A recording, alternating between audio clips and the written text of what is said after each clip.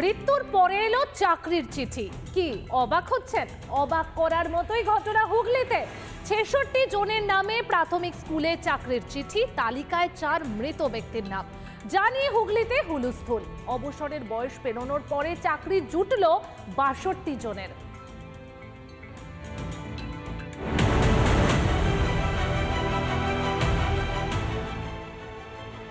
চাকরির বয়স তো অনেকদিন আগেই পেরিয়ে গিয়েছে।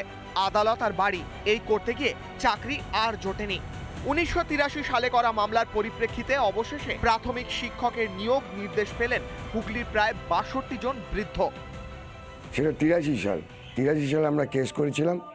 কেন না, বামফ্রন্ট সরকার পুজোর ঠিক আগের দিন রাত্রিরেতে হাতে হাতে অ্যাপয়েন্টমেন্ট দিয়ে নন ট্রেনদের চাকরি দিয়েছিল এবং তারা পুজোর আগের দিন জয়েন করার পরই পুজোর ছুটি পড়ে যায়, যাতে কেউ না কোনো রকম কেস করতে পারে।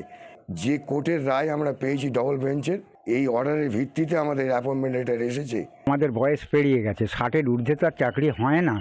সেটা কিভাবে দিল, কিভাবে করলো সেটা তো বুঝতে পারছি না। তবে আমাদের তো ১৯৮৩ সাল থেকে কেসটা রায় হয়েছিল, কিন্তু রায় তো তারপর থেকে তো ওরা কোনো সরকারই মানেনি। তবে এখানেই শেষ নয়, এমন অনেক নিয়োগপত্রের খোঁজ মিলেছে যাদের মৃত্যু হয়ে গিয়েছে।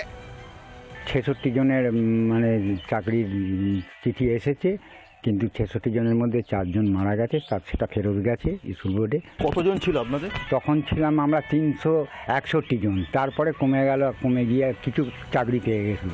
নিয়োগপত্র নিয়ে এসআই অফিসেও গিয়েছিলেন তারা। আমরা অ্যাপয়েন্টমেন্ট লেটার এসআইকে জমা দিয়েছি এবং উনি আমাদের রিসিট দিয়েছেন।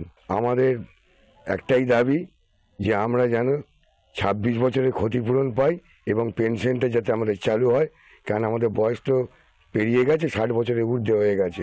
আমাদের আর একটা অনুরোধ মানে চেয়ারম্যানের কাছে, যে আমাদের ১ বছর অন্তত স্কুলে জয়েন করার পারমিশন দেওয়া হোক।